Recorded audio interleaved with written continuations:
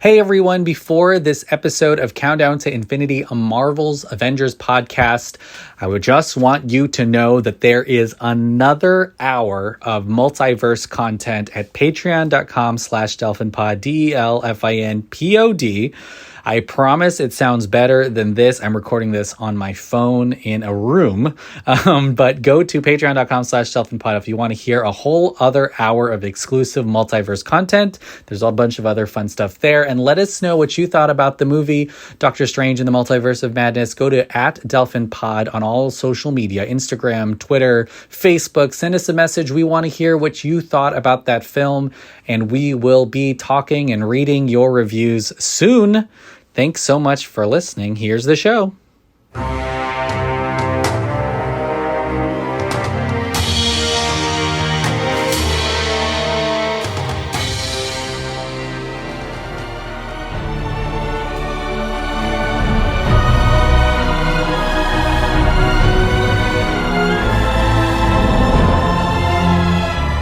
Welcome to Countdown to Infinity, a Marvel's Avengers podcast. We talk all things Marvel Cinematic Universe, but this time we're jumping into a different universe, regardless of the shape of the hole you get there. Yeah, you get there. But it is a certain shape star. And I'm excited because we're talking about Doctor Strange in the Multiverse of Madness, the newest MCU film, and really the first of 2022. You know, 2020, bummer year. 21 didn't really get any better. 22, jury's still out. Yeah. But we got a movie. But yeah, at least we got this movie coming We through. got an MCU movie at least, huh? Nice distraction.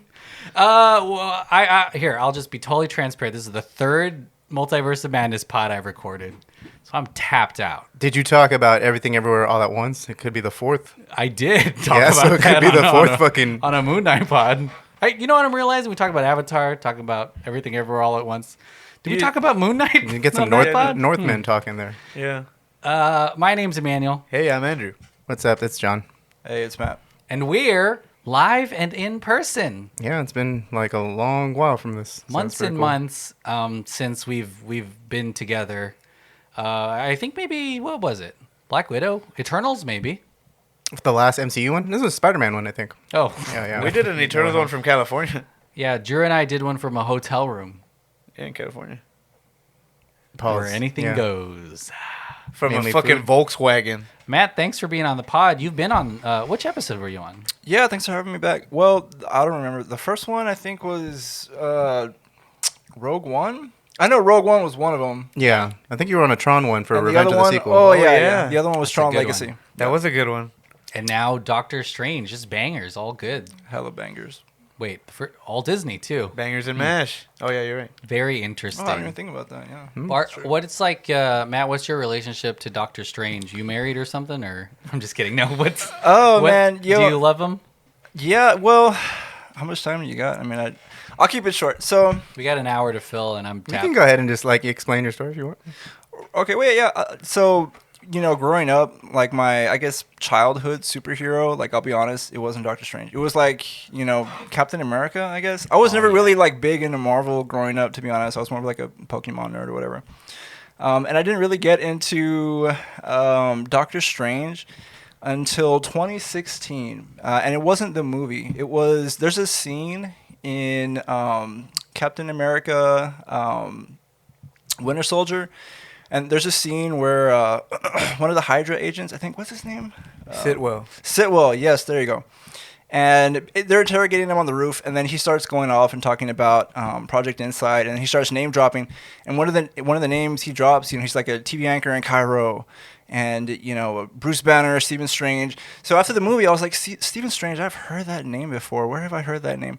So I get on my phone and I Google, and you know, first thing that pops up, obviously, Doctor Strange. So I was like, oh, this looks cool. So I start reading about it, you know, and I'm like, yes, this is a really interesting backstory. Go to the comic book shop that same week, pick up a couple of comics, and just honestly just really fell in love with the style, the artwork, and again, the story, the themes, you know, really great stuff. And since then, I mean, I've been all about Doctor Strange. And then that same year, the movie came out. And I liked the first one. I thought it was a really good movie. So I've been waiting a really long time for this one. Yeah. And here we are. Yeah, I think Multiverse is... this movie specifically in this phase a lot of people probably had circled on their calendars because of, the multiverse, of course. But Doctor Strange is also in this kind of position as the quasi leader, at least narratively, of whatever ragtag group of Avengers are left. With Iron Man being, but we've seen him with Spider-Man. He appears in, he's kind of one of the most powerful Avengers, at least in our dimension. And Benedict Cumberbatch is, signed on for like 1 billion of these. So Doctor Strange is, I think, one of the staple characters out now. Well, okay, so this movie, first of all, if you're here already, and it's in the title, but we're going to be talking about a lot of spoilers. This is not a spoiler-free zone. This is going to be dangerous if you haven't seen the movie. So if you haven't seen the movie yet, throw your phone out of the window, go to the movies, and then go to your cell service provider and get a new phone. Hopefully you have insurance. And I should have started with that, but by this point your phone's out, so you deal with whatever you deal with. Okay, we're all adults. You messed up your phone. You didn't have insurance. That's on you. What are we talking about? What are you talking about? I'm lost already. But we're talking about spoilers in Doctor Strange Multiverse of Madness. I've already talked about what I liked about this movie on a Patreon episode, but I guess we'll go around the horn and just give some of our first takes, our ideas about this movie, what we thought, what the experience is like watching it. Then we're going to play a fun game and dive in a little bit more and definitely talk about Sam Raimi and stuff. But Andrew, what'd you think about Doctor Strange in the Multiverse of Madness? Yeah, it was. I remember leading up to this movie, there was obviously a lot riding on it because you have to follow up Spider-Man, No Way Home, and a lot of the MCU is trying to do it bigger than the last one, and eventually, that's going to hit a wall, I think. But because Endgame's going to be pretty hard to top already, and so with the 3 Spider-Men, obviously this phase has kind of been a kind of like a multiverse phase and so this one had a lot of rumors going in on it. Some of which I don't doubt that Marvel spread themselves because they kind of always try to throw people off the scent and stuff like that. So, but yeah, there was everything from Deadpool to Ghost Rider to the X-Men, Tom Cruise at one point. Yeah, Iron Man, and so there was a lot of expectations for sure. And I tried to kind of shell that away, and I knew that I was going to enjoy it regardless because it's a Sam Raimi movie. I went to go watch Oz the Great and Powerful. Most people don't even remember that movie coming out. James Franco. Mila Kunis? Yeah. Yeah, so... it was. I'm just a diehard fan. Since no the third beginning. Actor. That was I was about to say it's like Who was there a third actor? I think Nope. It was a 2-actor movie. It was really rare. James Franco, Mila Kunis. Yeah, but yeah, so good nonetheless. I'm a big fan. I watched Ash vs. Evil Dead, the show, and even picked up a lot of the comics growing up as a kid. So I'm just a diehard Sam Raimi fan. So I knew I was gonna kind of be biased going into it because you can't not tell that it's a Sam Raimi movie. And that goes to for all of his movies. So. But other than that, yeah, I kind of lowered my expectations. I cut myself off of trailers, and I didn't really watch anything kind of leading up to it and stuff like that. But really, it kind of blew me away a little bit more. I thought it was going to be built on cameos and stuff. I kind of a little bit. They kind of get it out of the way in I think it's because I think the leaks that Drew and I had kind of looked up earlier, or mainly me, and then kind of just shared it with him. Well, and some of them were true for sure. Dead on. I think the plot leak, since this is a spoilerful podcast, the plot leak was the thing that was actually true. Everything that happens in the movie kind of happened with the stuff that I read months ago. But the leak themselves were basically just peppered with all sorts of cameos. It's almost like this could have gone either way, and. But it was, that's why I think we thought it was just going to be nothing but cameos, because it could have been, and yeah. maybe some things are shot. This movie was being filmed up until a couple weeks ago, so all this stuff could have just been on a board somewhere as a wish list. Yeah, I think a lot of the speculations about the cameos though were just kind of insane. After watching the movie, it's everybody was just way off. Yeah. Well, and I think that's what I loved about it, because it wasn't built on something as gimmicky as cameos.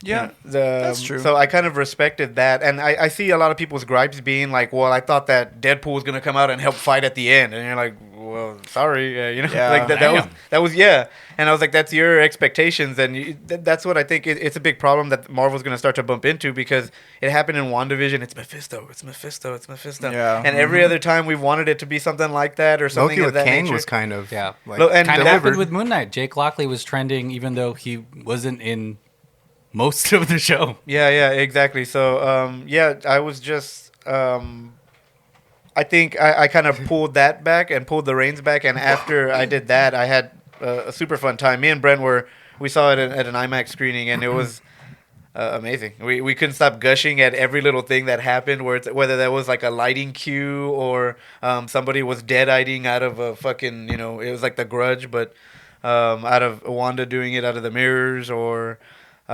just things like that more blood than you thought it was gonna be, some gruesome deaths, really really cool, just typical Sam Raimi stuff that I think you tend to expect from him.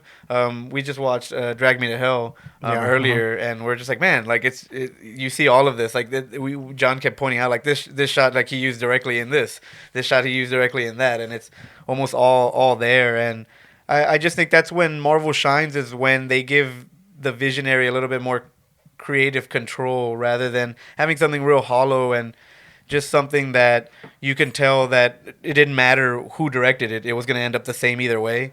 Whether that's, movies like Captain Marvel or Thor the Dark World, where the studio kind of ended up butchering a whole bunch of what the original person or director had in mind. And you see it with Guardians, and you see it with Eternals with Chloe Zhao, and you see it's you can tell that it's a person behind it that has a specific vision, and all their movies are kind of like that. And it's kind of why Edgar Wright didn't want to compromise with his vision for Ant-Man and things like that. But I think that's where this movie shines, is that it's ultimately a Sam Raimi movie through and through, and that's why I loved it. Nice. Yeah, definitely. I think we'll talk more about Sam Raimi and maybe some of the people that he works with appearing in this film, not just on camera but behind the scenes too, and kind of his experience working in a big MCU thing. But John, what do you think about the Multiverse of Madness?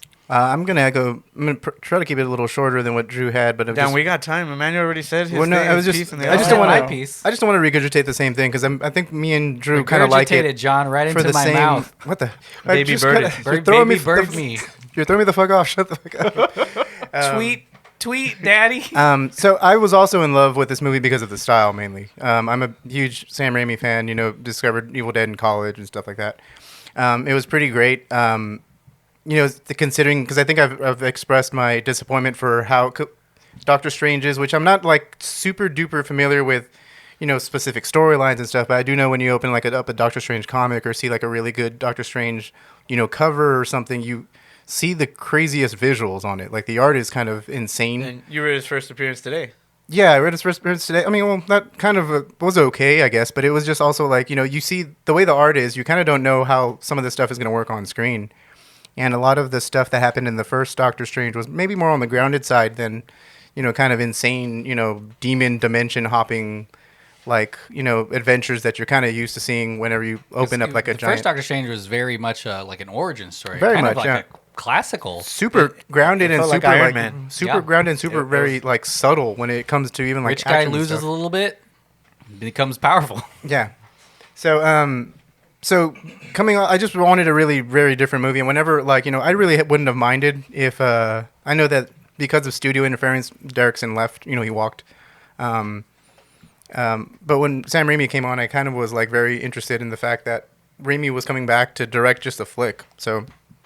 And After to direct almost a decade of after not doing anything for a while. When returning to the superhero genre Yeah, from he's Spider-Man. From Spider-Man 2. Spider-Man 2 was probably my favorite of the original Raimi trilogy. We got Toby and Raimi in the same phase. Oh, in the same MCU. phase, back to back. But I loved it. I mean, the stuff was fun. This movie is almost a little too, because I think it's Raimi. Too Raimi. It's a little tongue in cheek. Like you're kind of like, he's kind of winking at you with these elements of the zoom ins and the low light and then the Looking lamps straight into the Yeah, lens. 'cause The there's wind like everywhere. the wind. As soon as there's a close up in your face, there's like a wind or air blowing through your hair, and it's all zooming in really quickly, and these whip pans and stuff.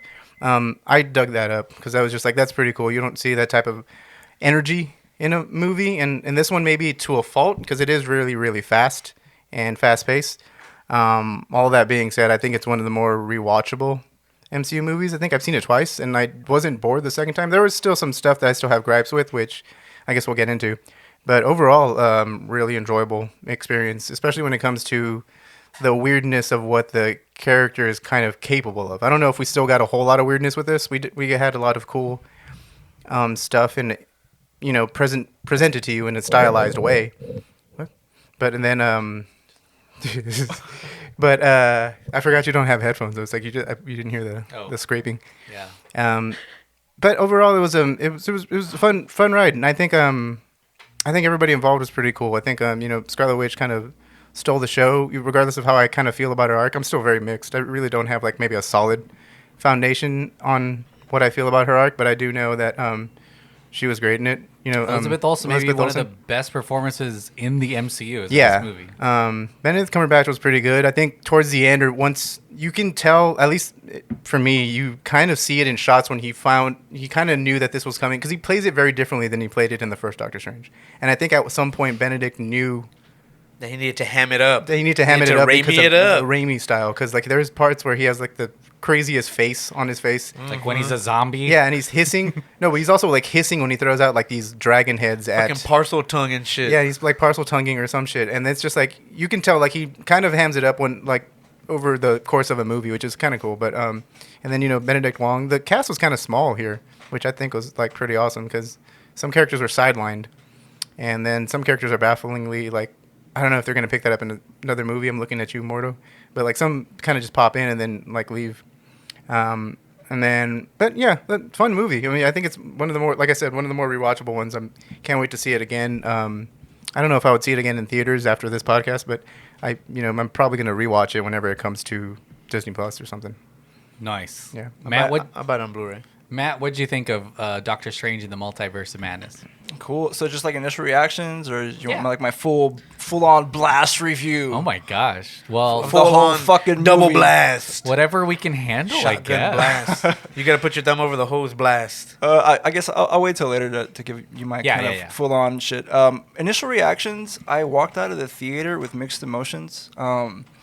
Again, like for the past 5 years, 6 years, whatever it is, I've been waiting for this movie since the first one. Because, like I said, I love the first movie. Been reading, tons of Doctor Strange stuff since then, and Seeing collecting. teases in Avengers Endgame and Infinity War and shit. Yeah, and then you see Doctor Strange doing all this fucking cool ass shit, and Yeah. Infinity War, and it's like, oh fuck, like I'm so hyped for this shit. Like I'm ready for the comic book to come onto the fucking screen, right? And then Spider-Man. I'm just kidding. Yeah, and so as far as the movie in general, I think it was a really great movie. I think it had problems for sure that I can't let go because I don't know, like I'm just kind of the type of person that's like, if there's an issue, like no matter how big of a fan that I am, like I have to call it out. Like I have to, because it is what it is, and that's why, like, I love the fact that when Andrew started, he was like, I accept my own bias, like for Sam Raimi, and that's cool. Like I love the fact that he said that. And that's exactly where I'm at, because I have a huge bias for Doctor Strange, right? Like I love the character, like I love Doctor Strange. Like if there's any sort of, fictional character that right now that I'm like really into, it's like Doctor Strange for like the past 5 years. It's like me and Blue from Jurassic World, the raptor. Or any of the minions. Really. Or Bob, Kevin, and Stewie. For real. He's obsessed with the minions. Like, that's not even a joke, yeah. Oh, hey, whatever floats your boat, right? I mean, it is what it It's is. fucking weird. But anyway, so I guess later I'll get into more of like the expectations and the bias versus reality or whatever. But again, I walked out of the theater with mixed emotions. As far as the imagery goes, I thought it was fantastic. I thought there were some scenes in there that from a standalone standpoint was just worth the price of admission. I also feel like there was a lot of points in the movie that were just kind of cheap and tacky, to be completely honest. and it is what it is, you know. Like it's part of the filmmaking process. And I'm not like a hardcore like director nerd like these guys. I'm looking at you, Manny. I'm pointing to Andrew. All three. Yeah. They fanboy Thanks. over Sam Raimi and Ryan Johnson and all that other shit. Like, Oh, shit. But I'm like 99% of the population. I don't know shit about movie directors, right? And you know, to me, like when I go in and watch a movie, like I don't see the stuff that they see. You know what I mean? Like I don't see like when John he'll be talking to me about like film angles and like, you know, certain directors do this and that. I'm like, that's cool, man. Like I believe you because I don't fucking have a clue like, you know, what you're talking about. You know, and so from that standpoint, I mean, I think like a lot of the cinematography was cool. I think the angles were cool. I think the horror aspect with kind of like the jump scares and stuff was cool. But again, overall, you know, mixed emotions. With that said, really great movie. And I would definitely see it again. Yeah. I guess I'll. I don't know, Well, that's kind of, you know, I talked about this with Brent a little bit. This is what happens when you pick like a idiosyncratic or kind of an auteur director like Sam Raimi or Chloe Zhao, or, you know, on Taika the Waititi, more positive, Taika Waititi, James Gunn. It's totally, you know, they make specific movies for specific people, and it's not that broad. Like it's a very specific thing, and I think I think a lot of people feel the way you feel, Matt. This is in terms of cinema score, you know, it's one of the lowest of cinema score, just because a lot of people, and you know, in my theater, people laughed a lot in moments that I thought were very specifically like Sam Raimi, honestly, Evil Dead moments. And I was like, man, that's cool. But people were laughing, and you know, which is fine because that's kind of what he does. But I think, you know, I think he also realized this. If you listen to any of his interviews recently, like he's what's really cool about Sam Raimi is he doesn't have to prove any. He's done a lot. He's already done everything. So a lot of like MCU directors, they are really. They're not scared, but their careers are just starting. So, you know, they will give these really measured responses. They won't really say anything bad about the process or something. And then you go to Sam Raimi, and he was like, no, that part was already done, so I couldn't change it. And he tells you the specific scene. Yeah, I've never even seen, like WandaVision. He's like, I just know the beats. And He's so like, I think that's the he's way it goes. incredibly honest because this movie, you know, is full of stuff that he likes and the things that he can control, but there's a whole lot that he couldn't. And I love this movie. It's incredibly fun. I just enjoy horror. I love genre filmmaking in general, and having that as part of the MCU is exciting. I'm really interested where things go from here, but the movie itself is pretty entertaining. Like the plot device, the way it moves is really efficient. It's really light. It's also Fast. really simple. Yeah, Like it's it pretty is simple. It's a chase. It's a cat and mouse movie, which means it's not like it's not a crazy heist. It's not like you're not sure where things are going to lead. It's going to lead with America Chavez and Wanda. Like that's the chase the whole movie. So if it's a you know, it's something that's not necessarily that confusing to try to understand. Like it is what it is, and they're going to travel through multiverses. I love the introduction of the when we talk about the visuals of Doctor Strange, the first one introduced us to something kind of new in the MCU, like worlds folding in on themselves. Like Inception. Yeah, this one gave us like a really cool moment where they're traveling through all the different universes, sometimes like cartoon universes. But the visual styles really just lean a lot on Sam Raimi and kind of his frenetic, kind of manic stuff that he likes to do. The little POV from like the evil spirit inside of Wanda's house. Like it's pretty specific. It's really interesting, and it's something that hasn't been in the MCU before. Well, here's what we're gonna do. We're not gonna take a break. We're just gonna play the game, and then we're gonna come back and talk a little bit more because we're kind of at the like 20 something minute mark. So this is a game called Evil Book Club. Matt, do you have my phone number? Negative. I'm gonna say it. Actually, I think I got a new phone, so I don't have your number anymore. Oh, okay, classic. I got a new phone. No, it's really. Okay. Phone, who this? I'm not bullshitting. I've been texting you every night. Fuck at you. 2 a.m. Here, type in your phone number. So the way this is gonna go is you're gonna text me. Wait. Oh yeah, type in your phone number. I'll text you. text you, and then you text me back. But I'm gonna add. So it's called Evil Book Club. What this game is, you know, we didn't even talk about it, but one of the many MacGuffins of Doctor Strange: Multiverse of Madness is the Darkhold, and then the Book of Fett. Book of Ashanti. Ashanti. Isn't Ashanti a singer? Vishanti, bro. Yeah, Oh, Vishanti. Vishanti. Okay. The Book of Ashanti? I think someone's made that meme already. The book of Hold on, Ashanti. guys. I got a missed call. I'm just kidding. Oh my God. Well, here's what's going to happen. I'm going to give you 3 words that describe another movie that has an evil book. Because Oh, it is okay. a common So you trope to Fuck. have an evil book in a movie. I'm going to just say 3 sentences or 3 words that describe this about to movie. say shit. And you will text me what that movie is. You'll get a point for each one you get correct. And I will keep track here. You get never mind. Just do it and then I'm going to give you an example. So are we and- gonna also like? Are we gonna speak them? Is there gonna be like an auditory no, response? Just text it to me. Just text it. just And text I'll it. tell you what you, and we could obviously discuss. You can neg. Don't just sit silently and cry if you get it wrong. And Neg and yes and. neg and yes and. But I will read your answers as they come in and deliver points as such and such. I'm going to give you just an example for the first one. Good, because I missed the rules. 3 words. You tell me the movie, and I guess you can tell me the book, but I don't think I'm going to give a point for the book. But the first movie is Cabin, Trees, Deadites. I got it. Cool. Cabin. That's the example, right? Yep. This is the example. Okay, Wow. because I was like, that's the easiest one. Yeah. And you get as many points as you get right. So That there's was no that race. was the only answer he gave you at the beginning. I know. You fucking bitch! I'm just kidding. The So answer, he did it right now. the answer to Cabin, Trees, and Deadites is, of He course, gave you Evil Dead The fucking example. With he the- tried to trick your ass. with a That's the only one I'm Necronomicon. gonna get right, Andrew. I was just thinking, I'm combing my mind for fucking evil book movies too, and I'm just like, I can't fucking think of anything. Like, other than Evil Dead. And that's why I'm like, oh shit. When that's part of like I know everyone's like, damn, I didn't feel that Wanda was like evil enough, or like the Darkhold didn't play such a big a part in the movie as it should have. Yeah. Agents of Shield did it for like an entire season, I think, or something. Yeah. And this one was like a mention here or there, gets stabbed by a character that doesn't really do anything in the movie. And then they destroy them all at the very end real quick, and so it didn't feel Yeah. like that. I feel like that was one of the things that they could have done better. But if you would have done it, it just would have been Evil Dead. So I kind of understand why he did. And there's another book. Yeah, I know. And there's like, there's too many books. There's too many books. And Sam Raimi's the book guy. That's true.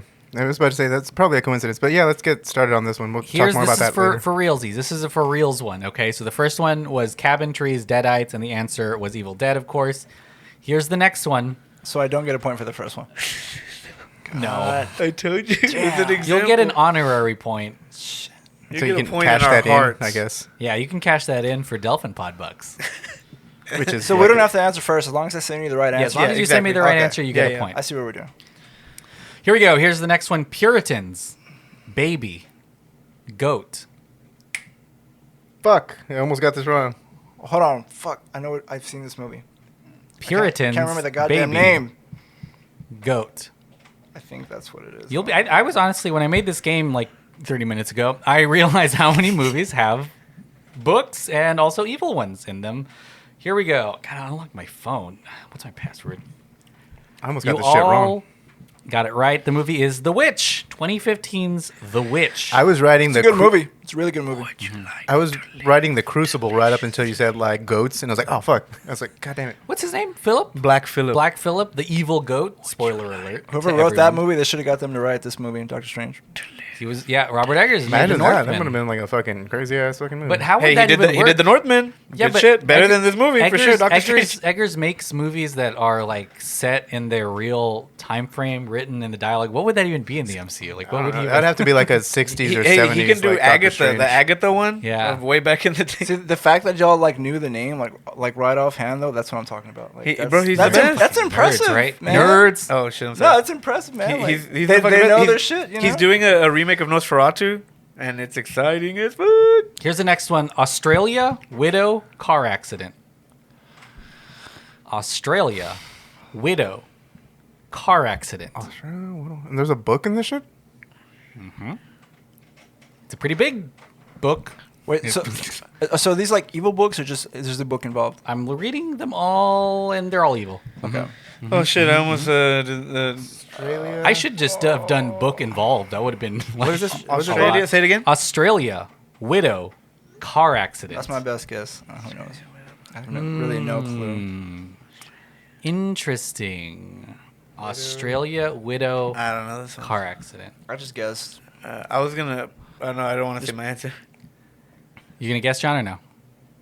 Just guess, man. You might get it right. That's what you do on the test, right? Just any word.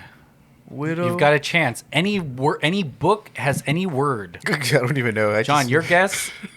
If you're saying evil book and you pick your guess, oh my I goodness. know. I was just wondering. I was just like, I just realized it, but I was like, wait. I really fought hard to not have a joke like that here. I don't know. I didn't do it. God damn it! And I But just you made it. still did it.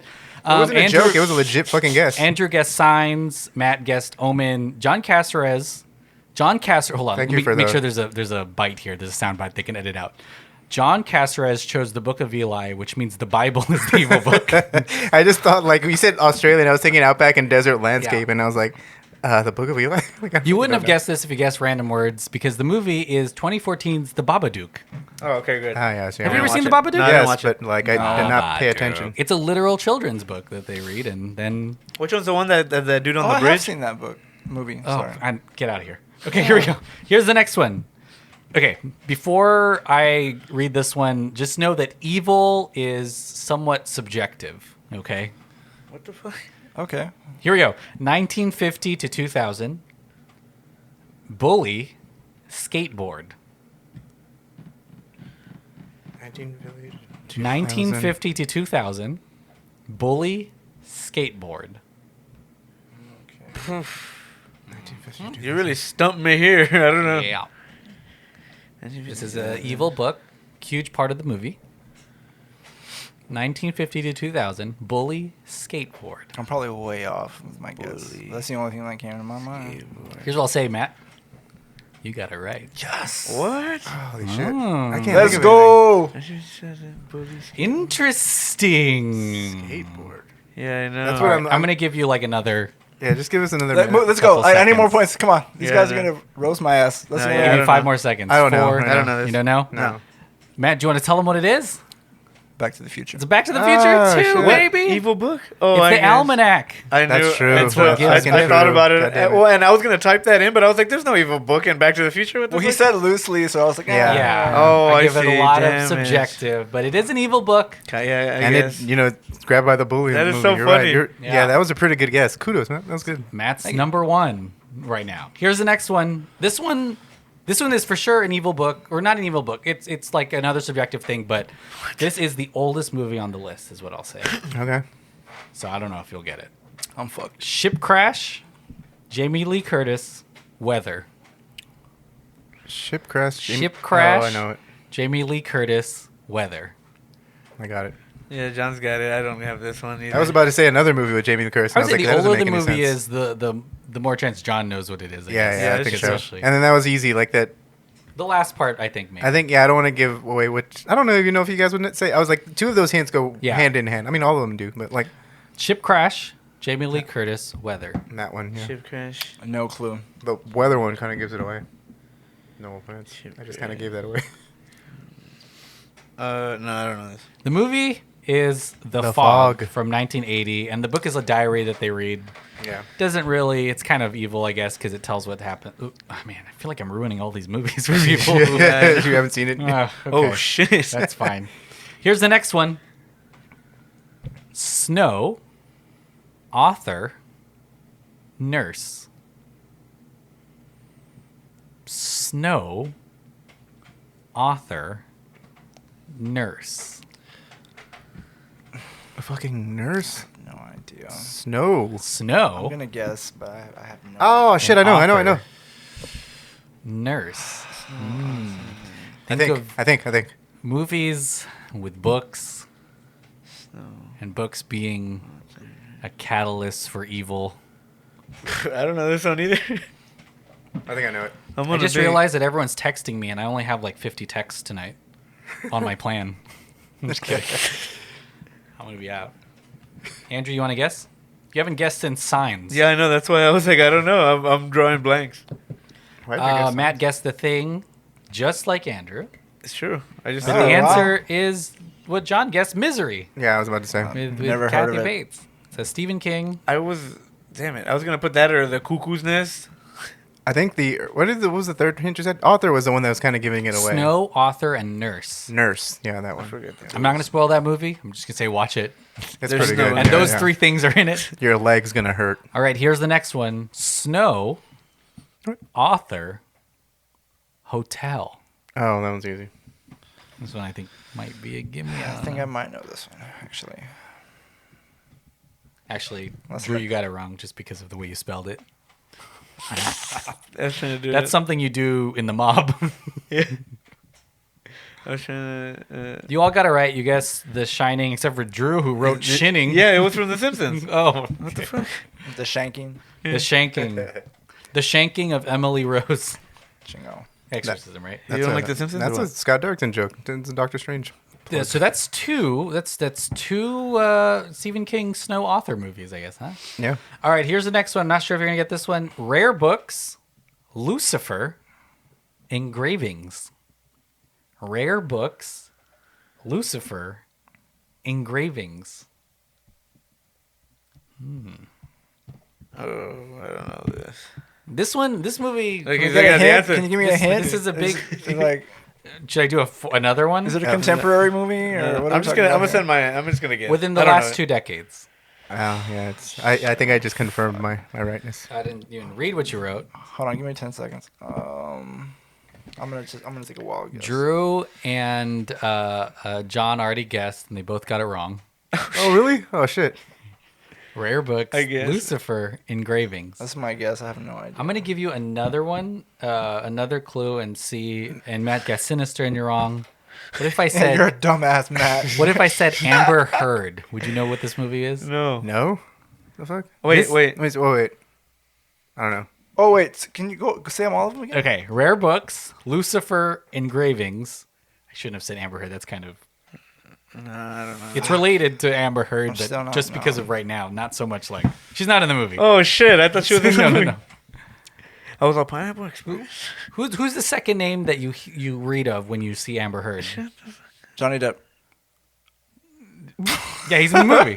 And the movie is The Ninth Gate from 1999. Oh okay. shit! Okay. That threw me in the I fuck was like, off. you gave us too many hints. You should I know. say I was gonna say And Amber Heard didn't really give that shit away either. Yeah, no. no, Maybe It's kind of confused like- everything, and maybe now I'm I canceled. thought she was Sorry. in it. Yeah. Here we go. Here's the final one. John and Matt, you're tied at 3, and Drew, you have 2. I'm out. So I can tie it up. You can tie if We'll everyone have a good ties old- up. That'll Good be old perfect. fashioned three-way. Here's the next one. Blank, Nah. I'm Basilisk, Phoenix. Oh, fucking hell. Fuck. Oh, I don't know which one it is. I know it's one of them. Shimon.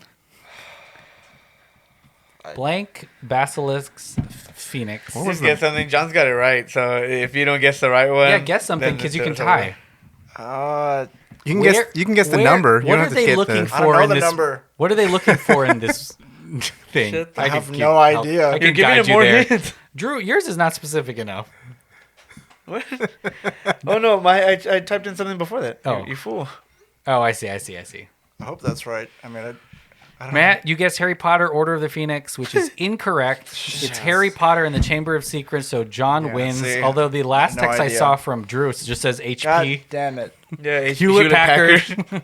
I don't know what. I don't know what blank meant, but like the other two. The were book is kinda- blank. Oh, okay, I get you. You can't 'Cause read was it. like- the other two were very God. easily because of the name. And that's our evil book club.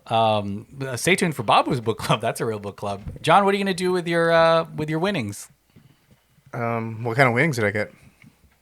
You get to pick one of these books. Which one are you going to pick? Uh, And the Back to the Future doesn't really help you because it's the 1950 to 2000 almanac. So you kind of and that would old have news. sucked. Yeah, Doesn't that would have been help. a cool one if it was actually like. Yeah. I don't know. I think I'd walk away with like I'm surprised- Necronomicon. the Necronomicon. I'm yeah. surprised you didn't put no mummy in there. There's a Yatuwe Yat. Oh yeah, the Book of the Dead. That's a pretty good one. Well, let's welcome. Well, we didn't take a break. Let's talk about some of our favorite sequences. Matt, I guess we'll start with you. Were there any big sequences that you really, really enjoyed from the movie? And then which ones didn't you? You don't have to do that second part. But what part did you? Any Fine. sequences? I'm gonna you get really into liked? that shit. No, I'm just kidding. Yeah, I mean, there's a lot of them. I would say the one that comes off to me as being a really cool, just in general sequence, which I'm pretty sure these guys hopefully are gonna talk about. Yeah, but you got it first. Hey, let's go. It's the sequence where he's essentially doing the dream walking and he takes control of Defender Strange's dead body, and then the souls are attacking. That was cool. And then Rachel McAdams, she makes the comment. She's like, "Well, aren't you the master of the mystic arts?" It's just some shit like that, right? And I was like, "Hell yeah!" And then he fucking took control of the souls, and he fucking does the whole thing, and then he flies over there. And I was like, "Damn, this is fucking badass." Yeah, that was pretty cool. Yeah, It's so Sam Raimi too. The way it starts with all the lightning and the clouds that come over it, and he pops his hand out, and you got the big lighting cue over his eyes, and it yeah, switches man. back. It's just So it's so cool crazy. because in the comics, like you see that shit a lot, where he commandeer souls, or be like in the underworld or the dark world, and just like fucking with like demons and shit like that. So I thought it was really cool that they kind of included that. Yeah. And I like the fact, and I know I'm going a little longer than what you asked. No, you're fine. But I like the fact that they, didn't shy away from kind of like the darkness and the demonic aspects of the Doctor Strange character, Yeah. Because I could see a lot of, people, who brought their kids to this movie and, didn't realize that there was going to be like literally like, devil shit in it, and like evil spirits and like witchcraft and like Brujeria. demonic fucking shit, and like it's fucking metal. The grandma is gonna be like, "Oh, Dios mío, we need to go, we need to leave," Yeah, exactly. like, and it's like, so I thought that was cool. So, anyway. Yeah, no, I think it's a great culmination. This is kind of the finale, and it is, I think, like Sam Raimi does all of the things that you've seen before, and that he's done really good with, and this is like, even on top of that, just to have like a nice homage to some of that gothic and in his first earlier films, practical stuff that were really morbid and stuff. Really, really cool. John, what's the sequence that stood out to you? I mean, Music fight. Got it. no, the music fight is pretty cool too. Actually, now that you bring it up, I don't want to take all the because what Matt described was pretty fucking like that's the shit that I wanted to see in a Doctor Strange movie. Like you see, just like this crazy like magical imagery that was a little too like I thought was a little too safe. I know you had to explain it in the first movie, but the stuff in the first movie is just all. I mean, as far as like what they're doing with the magic, it's just magical spark ropes and stuff on their hands and little shields and Circles. stuff. Yeah, just circles, all just nothing but circles. To see something like having like demonic souls coming around and like surrounding Wanda whenever he like throws them at her. And then like for it to like go inside the eye and then you see him like just like that's pretty terrifying and pretty cool to see like in a superhero movie. That's pretty great. The music fight though is Badass. shit. That was crazy because like he was using Elfman's score. I guess problems with that scene, but we'll talk about it in a minute. I guess. liked that. I thought that was pretty cool in the execution of what was happening. Like, as in, I know it was a little abrupt because I think at this point the movie is going really fast, and if you don't catch something, you're just kind of like, okay, fine, they're fighting again. But yeah, I just like the way that the score was incorporated into that fight. Like, he brings out like a crescendo or some shit. Real and then throws Fantasia vibes. Yeah, basically. That was pretty awesome. So I don't know if that's probably. I think the whole third act is probably like a good, like it's full of like good sequences, which are pretty exciting. I guess one can say the cameos is probably a good sequence too. And I don't know if We'll talk I guess about that. Drew will get yeah, that we'll there, talk but- about that. Yeah, you're taking That's all the pretty cool. scenes. I know. Gosh darn, Drew. What was the sequence stood out to you? You only got one left. yeah, I'm just I kidding. know. No, you don't. Yeah, There's a pretty lot. much. There's a lot. No, I thought that one that Matt said, that Zombie Strange, was really, really badass, and it's just The fight or like the opening? Because I think you mentioned the actual reanimation, the resurrection, like where I he comes did. back like a I zombie. did say like within the first 5 minutes when it's Defender Strange and America Chavez running through. Remember, Defender Strange almost sacrifices her and takes her power. I did say that, like, oh man, as soon as that sequence is over, I turned to Bren and was like, that was already crazier than anything he did in his first movie. And like, he's more of like a Green Lantern in the first movie. I'm just gonna take out this magic spear and fight you with the spear, and I'm like, damn, I want to see more magic shit. I can make stuff. And I mean, Yeah. you saw a little bit with like some teases and hints from that with the Ancient One, where she's manipulating the mirror dimension and stuff, which Wanda finds her way out of really quickly in this one. That was again infinitely cooler than what he did, I think, in his first movie. And the Dormammu I've come to bargain's really cool. That mostly comes to the credit of the Infinity Stone in the movie. But the Eye of Agamotto being in here, the real one being in here is really, really cool. But I think my favorite sequence was the Illuminati sequence, because I just think it was cool to see these characters that I just adore. Seeing Black Bolt there, I was like, damn, this is really, really cool. Like that Black Bolt, like I Yeah. kind of geeked out when I know everyone was geeking out about like John Krasinski and then Professor X and all Seeing that. Jack Ryan. Yeah, exactly. Jim from The Office. But when I saw like someone like Black Bolt, I was already like freaking out because one, they brought back the guy who's leading the new Star Trek show. What's his name? Strange New Worlds. Anson Mount. Yeah, I and think, he was in Hell on Wheels, and then he was in the critically panned Inhuman show, which I thought they'd never bring him back, which I think is a really, really cool. Are they the one that sponsored the pod, or was that a different show? No, that was the.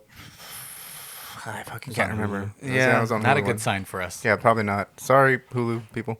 Yeah, it's like Hellfire. Helsing. No. Helsing? Van Helsing. Van Helsing sponsored the show. There was some fucking Marvel show that had to do with a demon thingy. It's fine. But yeah, again, It's fine. The check cleared. I like seeing I like seeing that entire sequence just to kind of use them to make Wanda a credible threat. Yeah.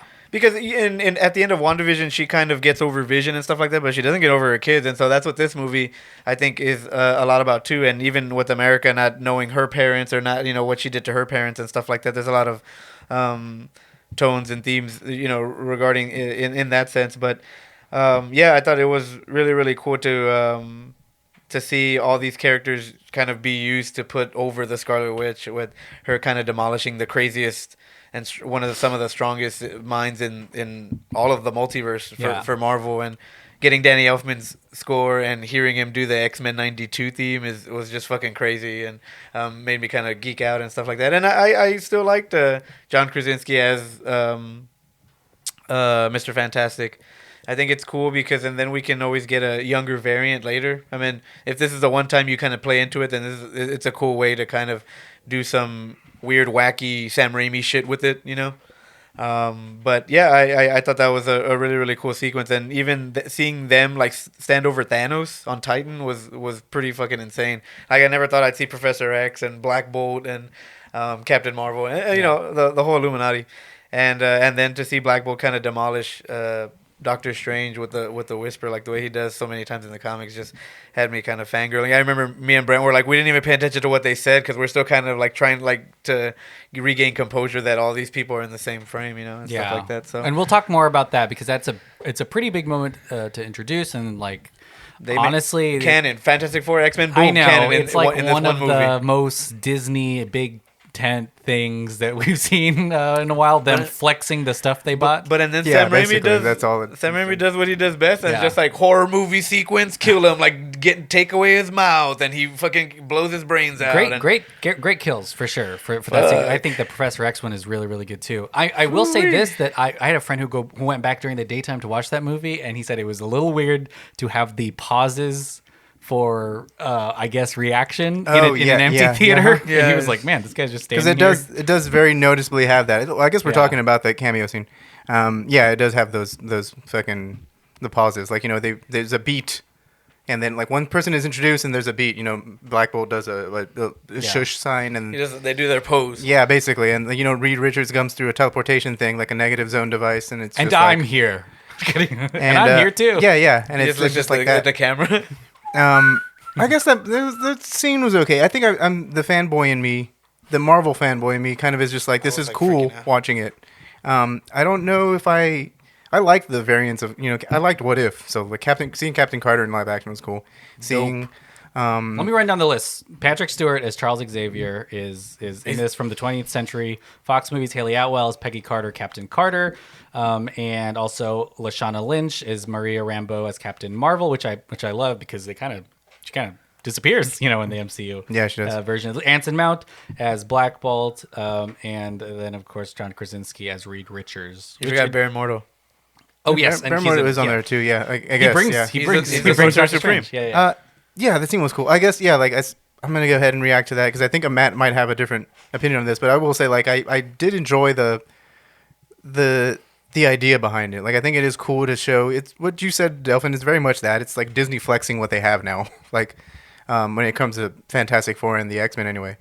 And it is really cool. And then, the Black Bolt redemption, because I don't know, I've only seen an episode of that first Inhumans show, and It was released in IMAX. it was crazy. having a live action Black Bolt that's comic accurate, then it looks a little silly because of the way the costume is put together. But that's pretty cool for them to acknowledge like actors like that, like from their TV side. Kind of just, I mean, they already did this with Spider-Man, but having Charlie Cox there. But it is cool to know that they're considering kind of just bringing like other things like back to the, you know, like other actors back to the MCU that play these characters. I'm not really too sure, and I won't go too far into this because I'm just a little.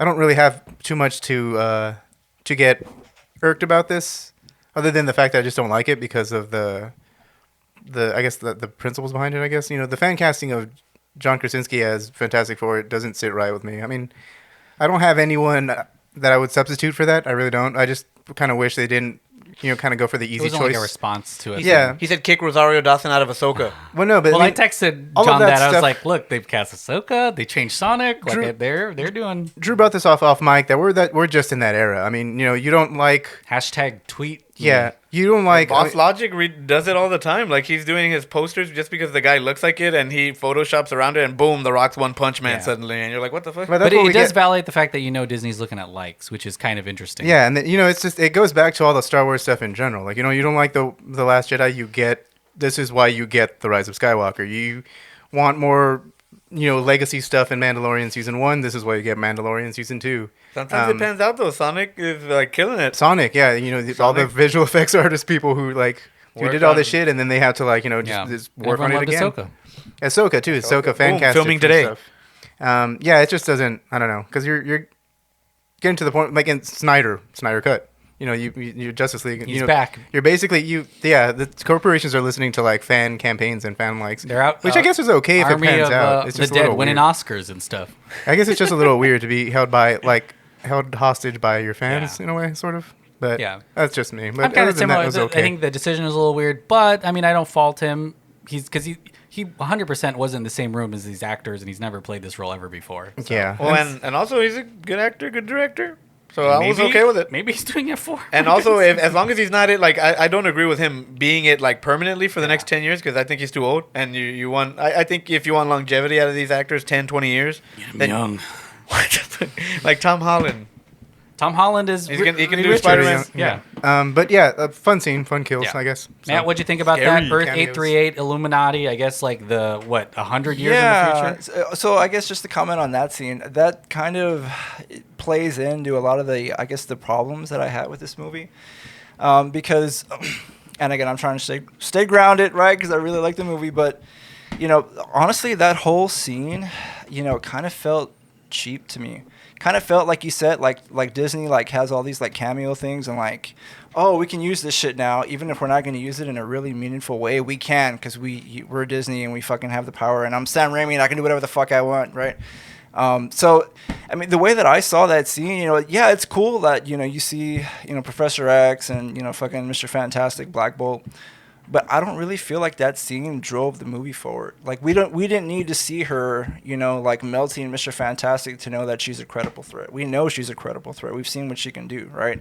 When you go and watch these movies, I mean, the assumption is that you know the backstory, right? Because this movie, which is another thing that I wanted to hit on, this movie isn't really the type of movie where you can just like be a casual person and go and view it and really understand everything that's going on. Like you really can't, right? Yeah. And if we're gonna go into the movie under that presumption that you had to have done your homework, I don't really feel like this scene is a payoff because it's kind of cheap. You know, she splits Captain Carter in half. And to me, I'm like, okay, like, yes, it's shocking, and, you know, you get the gore aspect and, you know, all of that stuff. But is it really, like, is that really necessary? Does that do justice to Captain Carter's character? You know, like, you know, everyone's excited for Mr. Fantastic, and then she, like, pops his head. Like, does that do justice to, you know, Mr. Fantastic? Like, and what does that say about, you know, this character who we fell in love with, you know, watching WandaVision, right? Now she's a ruthless murderer, you know? Like, how do we reconcile that with the fact that now, you know, we went through this whole thing with her essentially, you know, like mourning vision and, you know, wanting children and the whole Westview thing. And then all of a sudden she's killing all of these really powerful characters. Like, like I get it, like it's a cool scene, but I feel like it had more to do with like the cameo aspect than anything else, because that scene could have been completely cut out of the movie and the plot would have continued forward the same exact way. You know what I mean? It served nothing as far as making it more, in my opinion, making it more of an interesting plot. To me, it was just kind of, again, in there for the shock value And fan service value. and exactly, and fan service, and that's fine. Like I have no problem with fan service. Just the way that it was done, you know, like it. And don't get me wrong, like I think the fact that she like murdered them brutally, like it's one of the coolest parts in the movie. I think it's a big thing, like for Marvel to have that in one of their movies, period, right? Because we haven't seen anything like that. We haven't seen anybody's face like, you know, getting fucking melted in. You know, we haven't seen anyone's head exploding or, you know, anyone getting split in half like in a gruesome way. So that's a cool progression, you know, for the MCU and for that part of the medium. But to me, again, I felt that it was a little cheap, right? You know, we're gonna kill these people in, you know, really gruesome ways, just because we can. It's because it's going to shock people. Yeah, You know? and the turnaround time from introducing these kind of seismic. I mean, Reed Richards is a pretty the first family of Marvel like introduction to death is. He introduces the three leaders of like some of the biggest groups. You Yeah. get Reed Richards, you get Black Bolt, and you get Professor X. But I think a lot of it is, that's what I told John. I said that's the one thing that I can see people kind of putting up a big fuss about for sure, is because they kind of don't really do the Darkhold justice, I think, in this movie. And how it overtakes your I said it earlier, and they should have made more of an emphasis. And you know, I kind of can't fault Sam Raimi for not going into that because of how many books there are, and because he's already kind of done Evil Dead with the Necronomicon and stuff like that. But I think that would have been a little bit more helpful to a lot more people, just to understand as to why she's doing what she's doing to some of the best of us. But, you know, granted, the Illuminati still have arrogance, like the way they do in the comics, where they're kind of too big for their... They're the smartest people. Yeah, and so they're always... It's like the precog thing from fucking, you know, what is it, Minority Report? We have to stop crime before it happens and stuff like that, where you're like, oh, damn, this is kind of like a fault now. And the thing is, I understand exactly where you're coming from, because you're right. Like, you know, in the comics, the Darkhold, you know, all of this stuff, right? But the thing is, you know, like for your casual Marvel fan, right? Like, say I've never read a comic book about Marvel in my life. I just, you know, I have Disney Plus and I watched WandaVision, and then I show up to the theater because I know there's going to be some kind of crossover thing. Wanda, you like, and at the end of WandaVision, redeemed, kind of had a turn towards being, you know... Yeah, exactly. Yeah. And then the very, very last fucking scene, like she's, you know, she's using the Darkhold. And then fast forward to this movie where all of a sudden, like somewhere in the ether, the Darkhold took control of her and had all of this crazy effect. She's a different person than what she was in Even the show. towards the end of it. And And that's fine, you know, but the thing is they never explain it. And if you don't know anything about the Darkhold, like he said, like you're like, who is this? Why is she doing this? I liked her. It's jarring, Yeah. you know, it's very jarring to your casual observer. That's the one thing I did tell John. I was like, damn, I can see people like that's a really good point, because, and maybe they did, and they left a lot of it on the cutting room floor or whatever. But I think the Darkhold was just kind of diminished in this movie. The way it gets, the way they have some throwaway character stab it in the middle, in the midway, and get rid of it, and then destroyed all of them. Yeah, they destroy it so nonchalantly at the very end, where it's like it's gone in every universe, and you're like, well, shit, like it should have been stronger than that. And I like the way they use the Book of Vishanti, because they're after this thing that's like, oh, it's gonna solve all our problems, and they take it away from you, so they make you feel emotions. I don't like that. I don't like the Book of Ashanti, because like it's already at that point too many MacGuffins, and it doesn't really do anything. Like well, and again, it almost seemed like it was leading to the Darkhold anyway, like back to the Darkhold. It's a red herring to get destroyed. It takes your you know, again, just kind of messes with your emotions and stuff like that. But yeah, I would have loved a little bit more. You know, Necronomicon-y, Darkhold stuff. That way, it made more of an emphasis as to why Wanda was like that. And you don't have to, like, to get context, you don't have to go far. Sam Raimi says the scene where they're in the orchard is the scene they reshot, like, over and over and over again because of screen tests. And I'm sure it had something to do with the Darkhold and people trying to be like, wait, what happened in Westview? And even in Agents of S.H.I.E.L.D., they use it for the Ghost Rider. They use it for the life model decoys. They use it for, you know, all this different stuff that they can do with the, you know, something as powerful as the Darkhold, and you just kind of it's skimmed over in this. But I know that, you know, mainly that cameo sequence, the only thing that comes from it ultimately is that you pick up the other Christine, so that you don't have to say this to the married Christine or whatever. Yeah. And then you kind of go in, and from there, balls to the wall, and it just doesn't fucking stop and keeps going. Yeah, it's well, go ahead, John. Oh no, I was just, I was going to use this to jump onto a Christine Palmer point. I do like that she was given more to do in this movie than she was in the last one. But I guess now that I'm thinking more about it and the more we talk about it, I don't know if she was given enough. It was a pretty. Her and Mordo kind of Yeah. a little bit like. And I think that it is still a better part of the context of Doctor Strange. The fact that this is not just kind of contained in his in his universe. That this is a constant thing, just like the death of his sister. Like that is it's kind of like the grief that all the Spider-Man feel in an interesting way. And then really important, especially when we talk about that mid-credit scene or after-credit scene, because That's jarring too. it's what Christine tells him that gets him to be kind of fearless or whatever.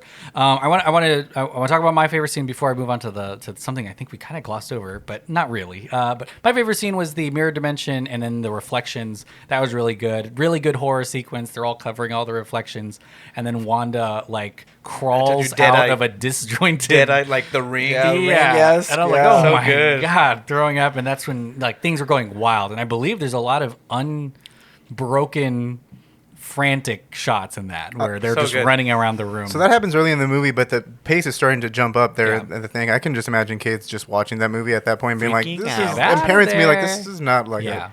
a, And that's like and a- that's a like super I fun knew movie. I knew it was gonna be like that as soon as he stabs the eyeball out of that thing, and then I was Oh, like, that "Oh, he crushes. stabbed it," and then Yeah. he pulls it out, and I was like, "Oh my god!" like, Yeah. there's blood on the street. Yeah, Like, that was the first scene in the theater where people were like, oh, like this is a whoa, different thing. shit. Yeah.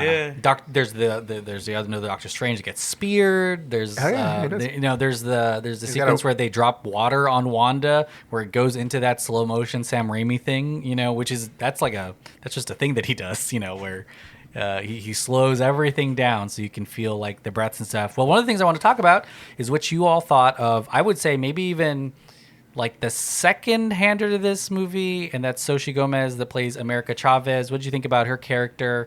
Her introduction to the MCU, which is pretty big, and then just generally who she is. And, it seems like Stephen Strange is being paired up with like young Avengers at this Yeah, point, yeah, at this point, just yeah. to kind of see what their dynamic is like. But what do you think about America Chavez? I'm a little lost in my feelings for her. I think, like, as far as a plot device in the movie, Yeah. I mean, it's what you said earlier. Like, it's a cat and mouse game, and She's the multiverse. Yeah. I guess I can only just comment on her performance. Her performance was really good. I like that her chemistry with the other actors. I'm still lost on like what she's like. Well, obviously she goes through the multiverse, so like the multiverse is accessible through her. But I'm just kind of lost on like what her dynamic is to like Strange, other than like just being a mentor. Like other than a mentor, like like disciple type a of little sister. Because like I thought we got the same type A of thing. sister. We got the same type of relationship with, like what you said with Spider-Man. So it's Yeah. almost like you're kind of repeating an arc. You're not really doing anything that's And kind she's of a like newer new. comic book character, right? She's kind of she's not one from she's what She's like new. 2011 Yeah, or she's 2012 brand or new. something like that. And you're kind of repeating an arc for Strange in this one, I guess, in this game. And then like we rewatched the Strange Supreme episode from What If, which is pretty fucking good. Depressing. He's doing the same arc. Like it's almost like they did the same arc on that Doctor Strange episode, and then he's going through the exact same arc here. Because in that one he says he's like, oh,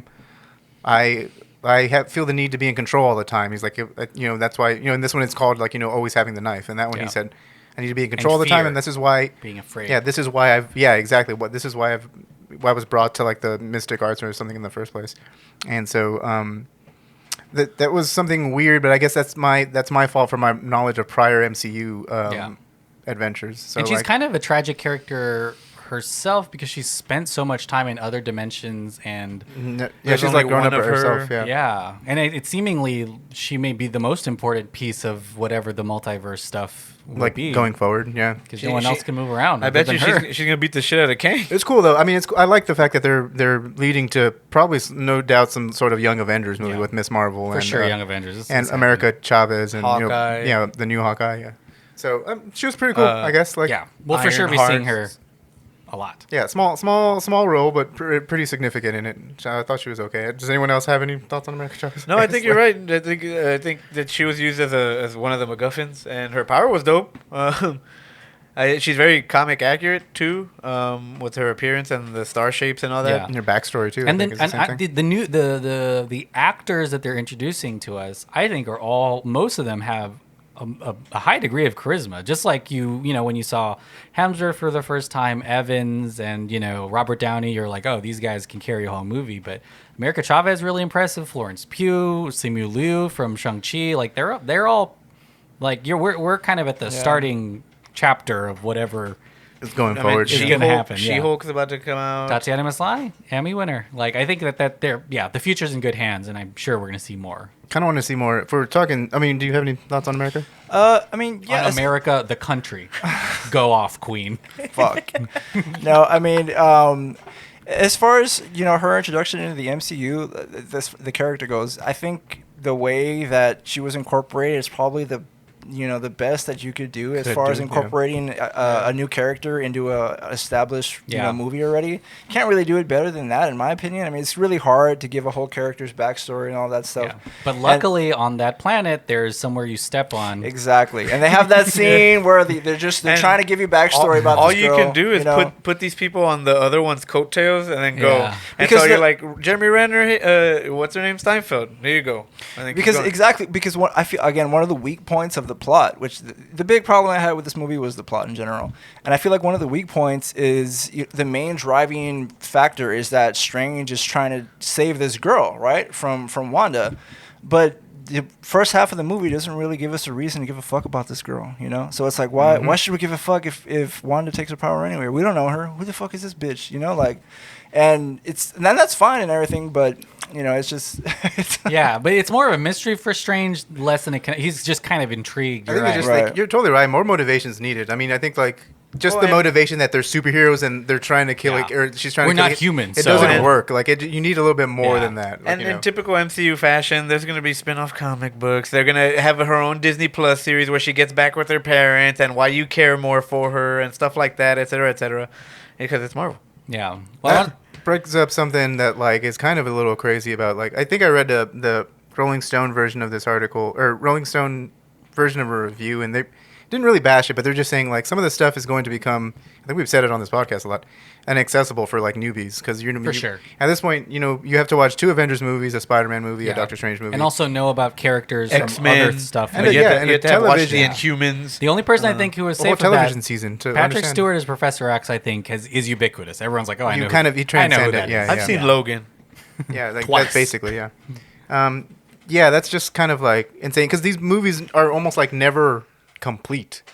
It's there's always a plot point that's set up or that's paid off in well, this something. is good because we're talking about. I want to talk about kind of the future of what this kind of brings, and before we talk about Clay and the mid credit stuff and the after credit stuff with Bruce Campbell, but this is we what do you think is happening right now? It assumes this is a Secret Wars thing, right? Is that what's happening? I don't know. I feel like that's I knew that should be easy to kind of But I don't know if this was easy to figure out back in, I guess it was phase 1. I guess you knew where you were going to an Avengers we didn't even talk Infinity about Stones for 6 movies though. So sure, I think after the first Avengers, with that reveal of Thanos, then it was we're stoning it up. We're going in, that's it. Red. But in this one, it's kind of different. I think it'll be Quantumania until we're oh shit. So we are doing just we're heading towards a multiversal war. That's everything that was explained. Like you said, Cosmos, mystical arts, and quantum. Those are the 3. They're playing in those 3 spaces right now. And And then later we'll get the crazy dark shit Black Knight and Blade. Yeah, exactly. Moon Knight 2, the squeakle. So it's just I was just wondering, wanted y'all's thoughts on where this is heading, because it does seem kind of a little aimless, especially with some of this more standalone stuff on Disney Plus. Does it matter? I don't know. Echo, Daredevil. Does Marvel deserve a free pass in this case, because they did kind of do a giant serialized story? But the idea of this 28 movie arc is new to everyone. Yeah, I guess so. It's always morphing and changing. Yeah. 10 years from now, when it is a Secret Wars thing and everyone's in, and they may be that was brilliant. They're rebooting it after 30 years. They're like, hey, we're going to reboot it now. The whole thing's getting the reset Marvel button. versus DC is happening. We're killing everything. Snyder's the director. They do have those comics. Yeah. I don't know. That's just like it's kind of a little daunting, and I think you can start to see the Apocalypse? weight in most of those movies where like you're just kind of like, oh yeah, I remember that. It's becoming like actual I comic missed- books. Yeah. You got to read the miniseries. You got to Yeah. grab the one shots. You got to do the main series. Because I missed there was like references to the first. I almost thought that this didn't have any references to the first Doctor Strange other than like the characters because the feeling is really different. Like the first movie is very different from the second one. But there were like little things that I didn't even catch. Like someone said that I think he makes fun of the Fantastic Four for charting in the '60s, but I forgot that he's a music nut. Like When in the he's first into the movie surgery. where he's kind of like doing the surgery and he's naming like there was a group called the Fantastic Four in the '60s, and I was just like, oh, there's a lot of like stuff that I'm not picking up on because I guess I'm not too Yeah. familiar with that the whole cauldron that movies. she used to ward those spirits off is the first one he tries to use against Caecilius in the first yeah, one. Mads yeah, yeah. Mikkelsen. And then he doesn't know how to use it, and that's the big joke. But and then in this one, she straight up knows how to use it. Yeah, I think we're heading towards just nothing but references and Yeah. stuff. So like movies like Eternals to me are like I guess They're more or like- less to like Moonlight is a little kind of more refreshing. I guess Moonlight. Moon Knight. I said Moon. Yes, you said Moonlight. Moonlight's a good movie. Yeah, also good. Because it's still kind of, well, Matt, do you care if all these movies matter right now or are connected right now? Or are you like, well, you know what? I like that they're all kind of different. I'm down I to be mean, invested for the next 10 years to find out what they're doing. yeah. Yeah, I think in general, I don't really care if they're connected. I just, from a standalone basis, I want them to be good productions. Period. You know, I think one of the things that to me is really great, but can also be disappointing, is that, you know, like I had a lot of expectations going into this movie, right? And that's the part that I try to remove before walking into the theater, but I mean, I just can't, right? 'Cause I'm a Doctor Strange fan. And you know, as far as the connections, like, yeah, if Marvel owns, I'm sorry, if Disney owns, you know, Fox and all these other properties and X-Men now, you know, I would have wanted to see, you know, maybe like Ghost Rider or, you know, Silver Surfer or maybe like a Defenders-esque, you know, kind of arc in this movie. You know what I mean? That, and you know, and as far as like, you know, the connection with everything, you know, I'm hoping that there's some kind of team up event, right? Maybe Secret Wars, like you implied, or something else down the line. They can do the Road Defenders with the Hulk and Doctor Strange. and- Exactly. I mean, who wouldn't want to see Silver Surfer on screen? I mean, That'd be it's crazy. literally, Yeah. you know, like, or like I said, Ghost Rider. I mean, again, because I'm thinking back to a lot of the comics where, you know, he essentially, you know, it's just teams up with random I mean, people. you can know? do the Midnight Suns, Ghost Rider, Moon Knight, Daredevil. Hey, Moon Knight, exactly. You Blade. yeah. Yeah. Blade, exactly. Who wouldn't want to see that, you know? And that's why all these speculations about cameos were flying around. It's because, you know, if you look at his history in the comics, It's all possible. yeah, anything's possible, you know? But I mean, again, going forward, I would at least like to see a pseudo Defenders like team up, you know, like at least him and like Hulk or something, you know.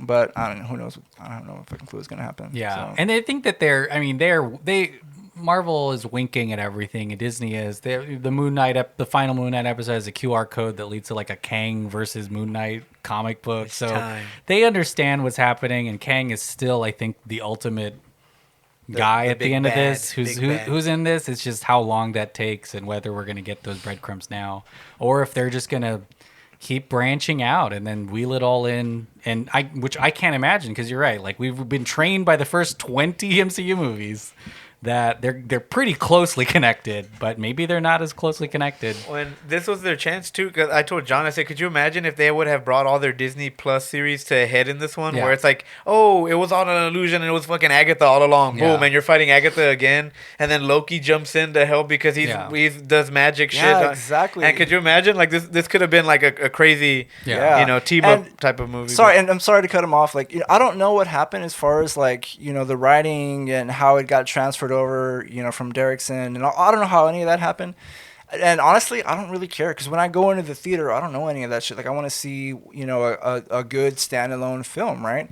And I just, again, I hate to go back to this, but I feel like from the writing standpoint, like Andrew just said, you know, there's so many ways, like dealing with this multiverse, that you could have, you know, given a plot twist at the end. And like he said, like, instead of Wanda just being like this crazy ass mass murderer, It could have been Agatha all along pulling the strings, and then Wanda has some kind of salvation at the end.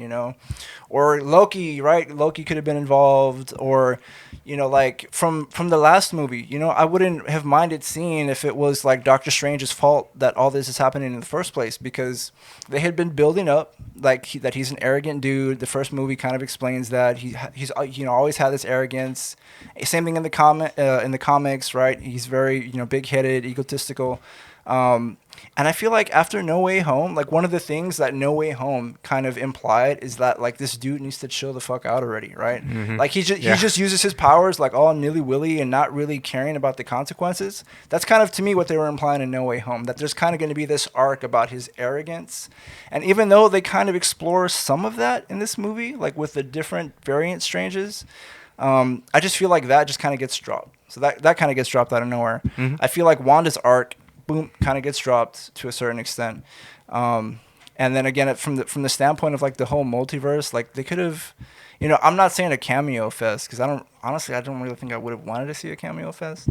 But I mean, they have so many properties they could have included, some more. or just maybe more multiverse, more universes in general. There was just like there wasn't too much madness in this when it came to like multiverse hopping. And when a lot of it is probably just because we thought that it was all going to end here and the multiverse, like, okay, we're going to wrap it up This with was this one. Avengers event, I guess, or something. But now it looks like that they might just keep going, and who knows, it might be something bigger, and you got to tune in next week to see if Wanda lived, or you got to tune in next week if Doctor Strange heals, and maybe this girl changes. Charlize Theron changes his ass. They talk about the anime. There's an animation. There's a direct, there's a lot of multiverse stuff, but you're right. We don't spend a lot of time in it. No, it's you're that flipping the sequence, channels, which they is kind of almost- okay, and then you only really get like 3 or 4 universes. And I will in say this. though, not the fast scene. Like they really stretched that moment out. I would have gone Does that for make longer. sense? though. Like we were in different. All right, well, let's talk about that mid-credit scene and then our final thoughts. The mid-credit scene has Charlize Theron, which I don't know if that was announced or confirmed no, or that rumored actually or whatever. that legitimately That was a surprised surprise, me. right? Yeah. That's Clea- cool. Now they have the volume. They can just film wherever the fuck they want with no paparazzi around. She can literally be on the same plane set she's doing for the Fast and Furious franchise, and then just turn around and shoot her scenes for this.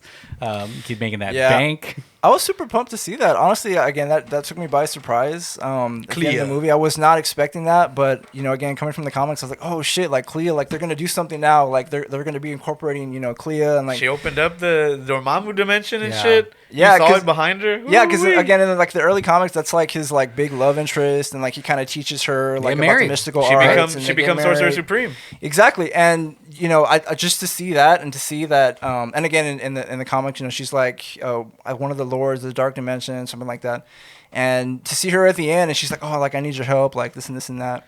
She's Dormammu's niece, I think, right? Yeah. Dormammu's niece. Yeah, and I thought it was really cool, unexpected, and I'm looking forward to see how they play that out to a certain extent. And I like that part, but I know that they probably have an issue on how it was shot and how it was edited from the previous cliffhanger, on how they show him on the street freaking out that the third eye opens, Yeah. and then suddenly it cuts next to He's it. still and got the third eye. Yeah, I know, but he's Oh. like chilling now. He's Oh, like yeah. walking down the street like if he's mastered can't it. get rid of that eye. There's no implied like time lapse either. It's almost the same street Yeah. probably that they're shooting. Why on. does he have a third eye? Yeah, when he uses the Eye of Agamotto in some comics, the third eye opens, but this Yeah. one is because I guess the Darkhold corrupted him. Right, and that, again, that's what to me is like. Why does he have a third eye? Are they implying that the dark, It's- like he used the Darkhold one time and now he 'Cause has a third eye? Like You remember she asked him like, "Are you okay?" And Yeah. he's like, "Yeah, I'm fine." I think it's partially like a lean to the real world spirituality. When you gain that sense, like people in yoga, they get the quote unquote the third eye.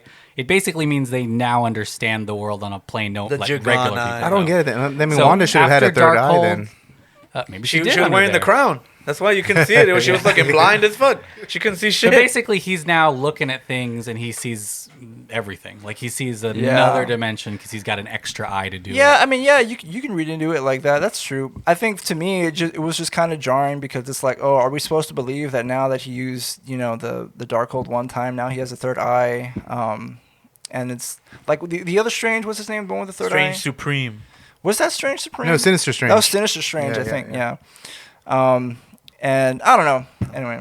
No, I get what you're saying. I mean, to me, I think it's maybe I'm thought it's jarring just for a totally different reason. I think it's just the way the tone is. Like it ends abruptly, like as in a very cliffhanger way. And like, you're worried for him. You're like, you're oh, worried fuck. for him. Yeah, he screams like again right here, like he screams a campy scream. He doesn't. Evil Dead. It like zooms in on his face like the way it does at the end of the first Yeah. one. Yeah, and it's very.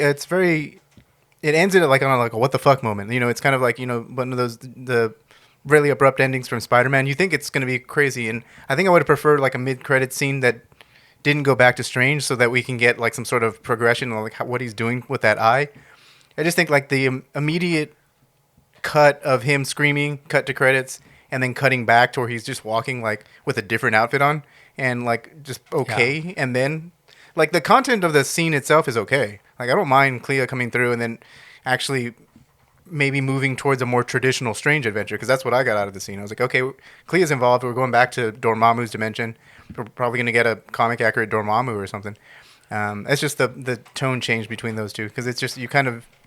That's a Marvel thing, though. That's kind of like a- that's a you just watched They're this like 2-hour movie. Hey, James Gunn filmed that scene. That's why, and Yeah. they'll be like that. They're like, That's "Oh, probably it they was, filmed true. this at the end Yeah. when It was they like got, second direct. Like Charlize Second Theron unit was they on. director. signed her contract. They Yeah. walked over. They shot a thing. We shot Benedict's scenes already. We Yeah. just need to shoot her. That's like an overall thing of like this whole movie didn't matter. Justin then I'm gonna Lin echo- shot them before he I'll got go ahead fired. and echo what Matt said earlier. That scene felt cheap, like kind of like more or less like in a type But of wink wink it's nudge gonna nudge. happen in every MCU thing. I You guess, know it's yeah. happening. It's gonna be there, no matter what. I don't agree with that.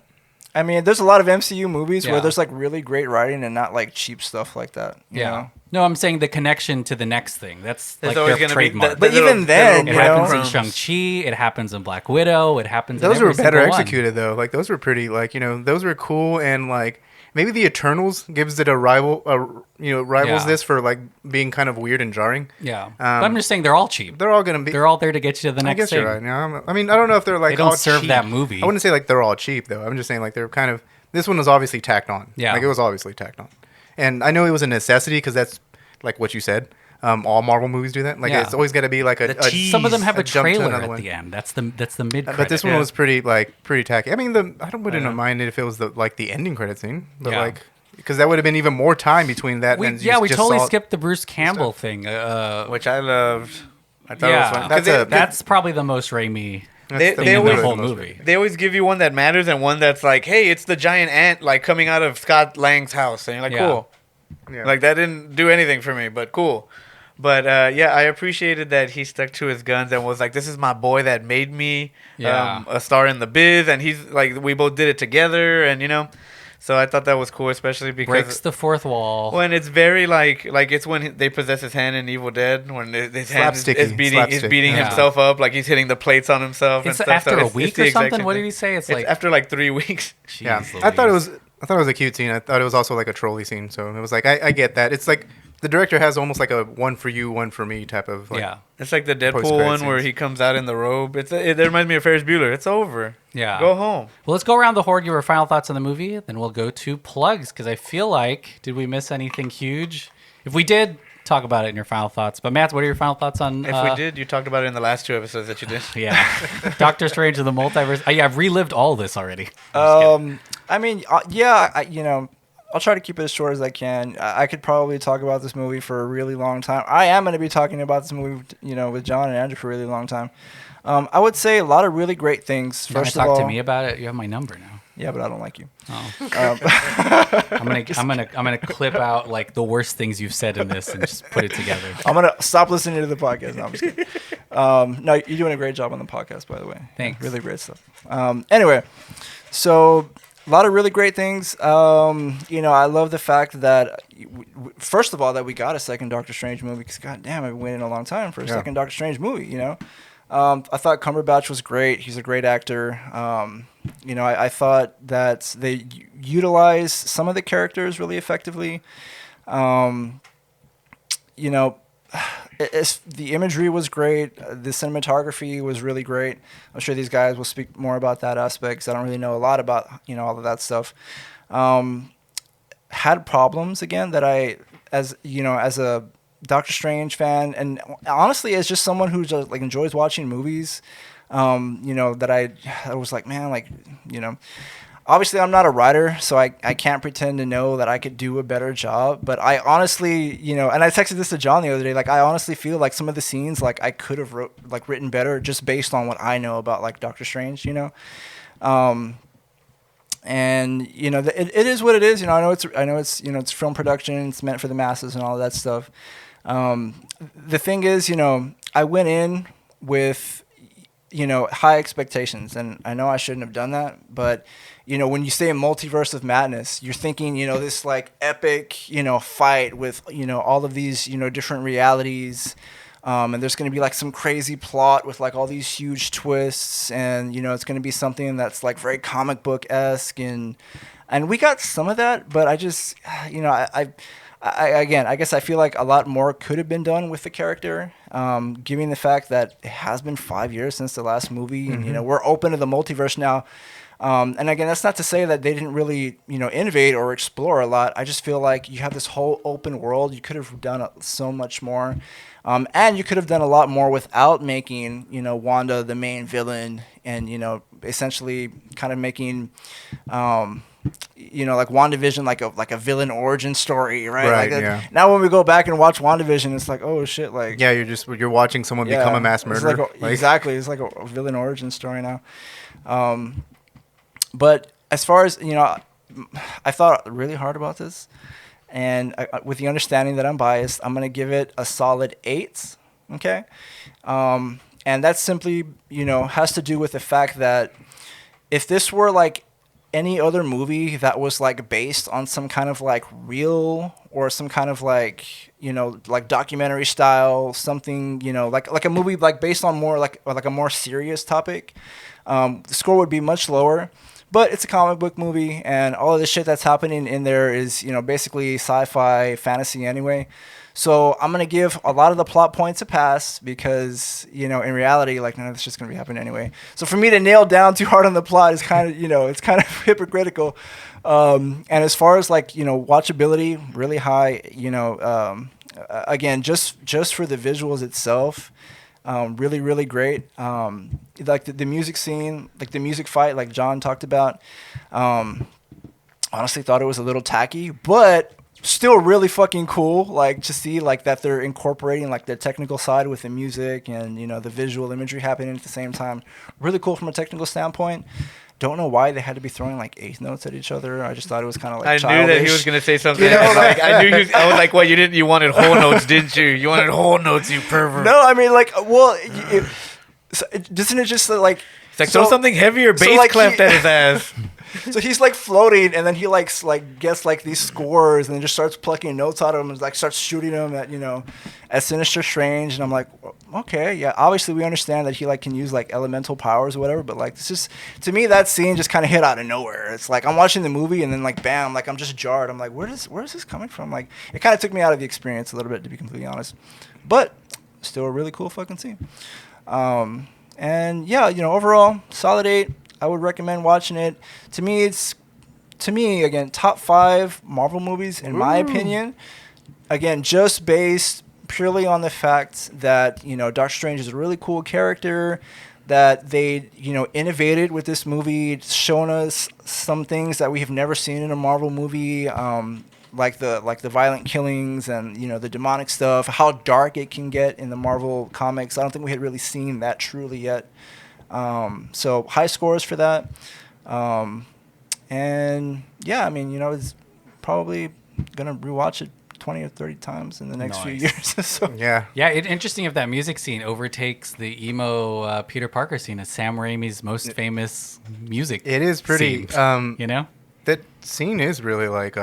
It has to be someone like on the day or the something scene- like maybe yeah. just like thinking, or maybe like someone's storyboarding and they're like, They what were, else wa- can they we were fucking watching do? Scott Like, just, Pilgrim. like- They're Yeah, watching and Scott it's like- Pilgrim, yeah, and they're and like, it's "Same thing, do it. yeah, exactly. Let's Yeah. go." Karianagi twins versus the Sonic They Yeti. need Here to we go. fill space with an action scene. They're just like, oh fuck it, let's do a Yeah. fucking music scene. John, what do you think about the movie? I enjoyed it very much. I think to sum it all up, like really briefly, is it's really good to see Sam Raimi behind the camera again. I really hope he does get something that isn't something a little bit more to his style, like a kind of like another Drag Me to Hell type of movie or something, like something that isn't so bogged down because you're still coloring within the lines. There's a Marvel formula and you still need to color within the lines. So I do want to see more. I hope this gets some more work. And it sounds like it's going to happen because most people just look at the box office numbers, and this already made like $500 million or something, like 500 million or something, like just already or something like that. Overall, though, You threw so many numbers there. John's like, oh my god. Yeah, I know, just throwing up the numbers. I think, like regardless of my nitpicks aside, when it comes to the things that I said, whether it be like the cameos or the way Wanda's arc was kind of like a little, I guess mishandled in this case, as far as like showing us why the hell she's doing what she's doing, and then maybe not giving a more meaningful arc for Strange. At the end of the day, it was really good to just hang out with these characters again, because like and it was cool to see like Strange kind of unleashed from his like very subtle, like this is the Strange that I wanted after I saw Infinity War. Like when I saw him fighting Thanos with those crimson strips that he was throwing at him, or that freaking mirror image that he like shoots out like hundreds of himself. Yeah, exactly. Like that shit is like the stuff I was like, where the fuck was this in the first movie?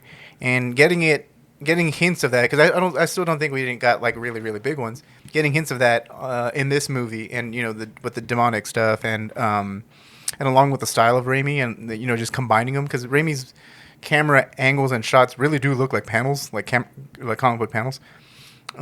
It was really cool. So like it's very very rewatchable. I think it's one of the better auteur driven MCU movies. You put it up there with Guardians. How that was very different at the time. Thor Ragnarok, which is also like jarring for some people, because I think some people like the serious Thor, and this one's full on comedy. Black Panther. Hell, even Eternals, which I think I think that might be one of the lowest ones that people don't like. It's nice to see like those little pauses and breaths of fresh air when it comes to the very obviously, when it comes to any big budget movie or just any superhero movie, like it's very refreshing to see that deviate from the formula, even if it is just on a stylistic level. So very fun movie. Andrew? That's what I was gonna say. John took the word out of my mouth right at the end. It does feel refreshing when it feels like a person made it and not just a whole studio of men in suits or whatever, or in baseball caps, I guess, because of Feige. Yeah, so I loved it. I love the main gripes I see online is people wanted more cameos and they were complaining about the horror elements, which I love both of. I love that it was a small cameo for like 5 minutes and then we carry on, because I don't like it when the whole movie's built on that, Except for Spider-Man. Even then, I was like, damn it, it took away points after I really thought about it. I felt like I was me. just being hypocritical, because I was like, I kind of do like the cameos in Spider-Man. Well, I do too, but a lot of those aren't cameos. Those are supporting roles. Yeah, Like, those show up for a while. And not to mention that I think I would have liked No Way Home more if Spider-Verse never came out. But True. Because Spider-Verse is like, oh, you did this better the first time. Yeah, but there's another Spider-Verse coming out. Might do it even better than... I know, yeah, because it's split in twain. But like Matt said, I think I do have it in my top 5 movies. It's in my top 10 because I have the MCU ranking, but I had the shows in as well. Well, let's hear it. All of them? At least the top 5. Yeah, top that's fine. 10. Yeah. Okay, because top 5, I was like, it didn't make it in the top 10. Top 10. Because I told you it's top 5 movies, but top 10 is we start at the bottom. 10 is Iron Man 3. 9 is Spider-Man No Way Home. 8 is Doctor Strange Into the Multiverse of Madness. 6 is Iron Man. 5 is Shang-Chi and the Legend of the Ten Rings. 4 is Guardians of the Galaxy. 3 is The Winter Soldier. 2 is Loki. 1 is WandaVision. Okay. Nice. So you're not just movies, right? You're just talking. Yeah. It's Okay. I think I have Captain Carter on here too, or Agent Carter. She's it's on number 26. The show. Oh, Agent show. Carter. I was like, Still- I want to Now see you're more. doing Don't you people? want to see more Captain Carter? I mean, I think her If- small if- scene was amazing. I mean, hey, like- if what if, and I mean, it's and that's what I think people were like, oh, it's that Agent Carter. I was like, no, it looks like a variant of Agent Carter, and that's why I'm okay with all the cameos, because these people, like, it just Do whatever you it just want. goes to show that they exist, and you can have a million Yeah. different versions of them now. And they don't even have to be the same actor. Yeah, they could be technically. younger ones, they can be other ones, they can be James McAvoy. I don't care. Yeah, you know, how many it- Lokis were there? My gosh. Yeah. So, but yeah. So it did crack my top 10 in total MCUs, but it is my number 5 technically in film for Yeah, MCU. for sure. Yeah, I enjoyed the movie. It's nice to be, watching this movie made you realize that, in this world full of content, the Marvel's strength is still that capital C, like cinematic stuff. And Sam Raimi definitely made this a movie that you had to watch on a really big screen and can only be a Sam Raimi, like, theatrical movie, which is really great because, you really, I mean, at least I like to feel and see that there's someone making really intentional choices behind the camera. I think the plot, to Matt's credit, is incredibly simple, which is interesting, and Paper thin. Yeah, it's paper thin to the point where when you see something kind of like a wrench being thrown into someone's plan, like destroying the first Darkhold, you kind of see the writing and like, oh, we just need to lengthen this out. So like now her and Wong have to go to a second location to do a thing, and you're like, okay, cool, but that's just because they're about to show you the Illuminati, and they need something in between, with all that stuff. And I still really enjoyed the movie. It's a whole lot of fun, and there's a lot that's different there. And if you want to, like, it's nice to have a horror-ish thing in the MCU. And yeah, seems like the door's wide open. Like, they can do anything they want.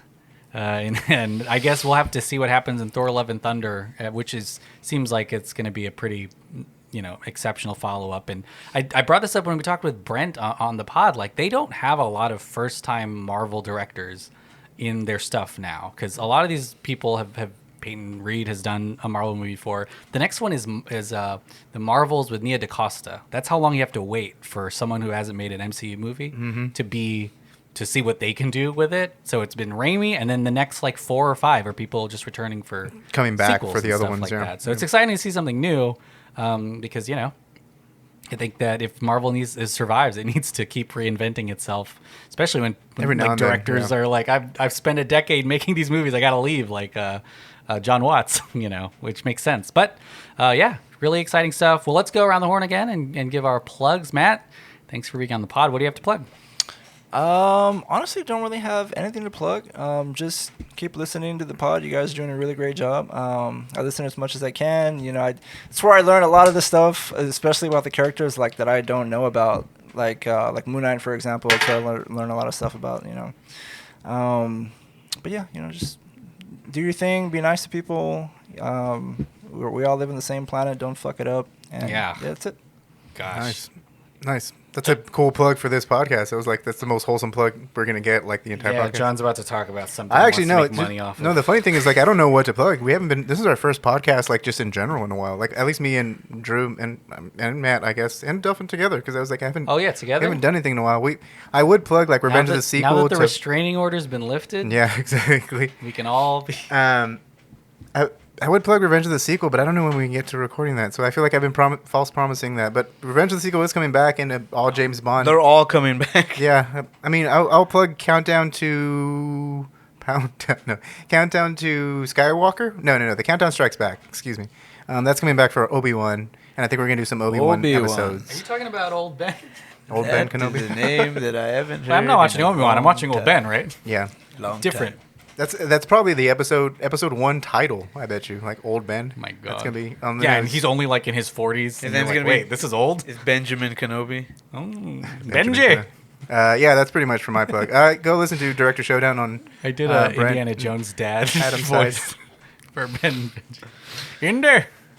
What What do you have to plug? What do you? Ooh, everything, everywhere, all at once. I'm gonna plug a different multiverse movie. Boom! To be honest, it's a better multiverse movie than this one. It's doing good. I tell you what. Hey, I plugged it on was good. 2 Moon Nights, so Yeah, everyone's that's a seen it. fucking good movie. Good movie. Yeah, check out everything John said and everything Matt said, and then check out the Dirty Radio with the other Juicy J. Not to be confused with this one. Oh, I here. didn't know I was a Juicy J. I thought I was just John. But that's pretty cool. Yeah, no, You're a little less juicy. Than the other one. You're as juicy as a raisin. You're a little Oh, juicier awesome. than last year. I was kidding. Yeah. What? You plump as fuck. Oh my I was God. kidding. And also go check out Director Showdown. Did you say that one? Yeah, but I think Damn Delphin talked over it, so you Didn't can they go do a ahead. Raimi? Have they done Raimi? They should do Raimi. They should. They're probably. They I feel did. like I should say yes, but if I didn't, I'm Hey, sorry there- that I don't listen to your show. No, just playing. Oh shit, Brent! I'm sorry. I listened I just to it, can't and I know remember that- the season. he I'm did pretty do sure it. he did This is do going it to go on Raimi. Patreon now. Way to go! It's a great show. Yeah, I love the show. I've been on there lots of times. But yeah. Thanks so much for listening.